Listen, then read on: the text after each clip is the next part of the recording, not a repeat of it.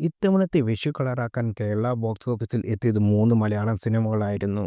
മമ്മൂട്ടി നായകനായ ബസൂക്ക, നസ്ലിൻ നായകനായ ആലപ്പുഴ ജിംഖാന, ബേസിൽ ജോസഫ് നായകനായ മരണമാസ്.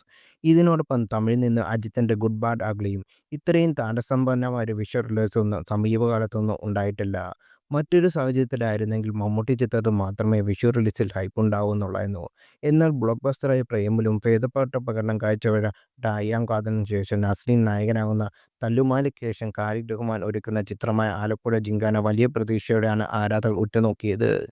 തുടർച്ചയായ ഹിറ്റുകൾ സമ്മാനിച്ചു നിൽക്കുന്ന ബേസിൽ നായകനാവുന്ന ചിത്രമായിരുന്നു മരണമാസ് എന്നതും പ്രതീക്ഷ നൽകുന്ന ഘടകമായിരുന്നു. തിയേറ്ററിൽ വലിയ മത്സരം തന്നെ ഇത്തവണ ഉണ്ടാകുമെന്ന് കരുതിയത്. അത് ശരിവെക്കുന്നതായിരുന്നു ആദ്യ ദിവസത്തെ തിരക്ക്. മമ്മൂട്ടി ചിത്രവും നസ്രീൻ ചിത്രവും തമ്മിലായിരുന്നു റിലീസിന് മുമ്പുള്ള പ്രധാന മത്സരം നടന്നത്.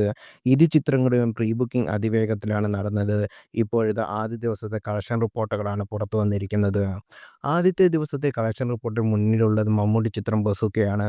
ആ ചിത്രം ആദ്യ ദിവസം ഇന്ത്യൻ ബോക്സ് ഓഫീസിൽ നിന്ന് 3.25 കോടി രൂപ നേടിയെന്നാണ് പ്രമുഖ ടാക്കർമാരായ സൺസിക് റിപ്പോർട്ട് ചെയ്യുന്നത്. അതേസമയം ആദ്യ ദിനം മമ്മൂട്ടി ചിത്രത്തിന്റെ ആവറേജ് ഒക്കുപ്പൻസി 48%. ആലപ്പുഴ ജിങ്കാന ആദ്യ ദിവസം നേടിയത് 2.75 കോടിയാണെന്ന് സൺസിക് റിപ്പോർട്ട് ചെയ്യുന്നു. അതേസമയം ചിത്രത്തിന്റെ ഒക്കുപ്പൻസി 75%. ബേസിൽ നായകനായ മരണമാസ് 1.10 കോടി നേടിയെന്നാണ് റിപ്പോർട്ടുകൾ. 41%മാണ് മരണമാസിന്റെ ഒക്കുപ്പൻസി.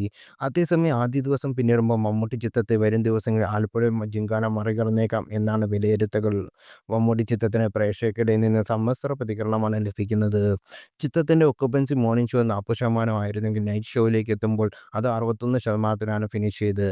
എന്നാൽ ജിങ്കാനയാകട്ടെ 62%-ത്തിൽ നിന്ന് ആരംഭിച്ച് 86%-ത്തിൽ ആദ്യ ദിവസം ക്ലോസ് ചെയ്തു.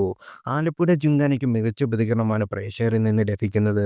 നസ്ലിൻ അടക്കമുള്ള താരങ്ങളുടെ പ്രകടനവും ഖാലിദ് റഹ്മാന്റെ സംവിധാന മികവും കയ്യടി നേടി.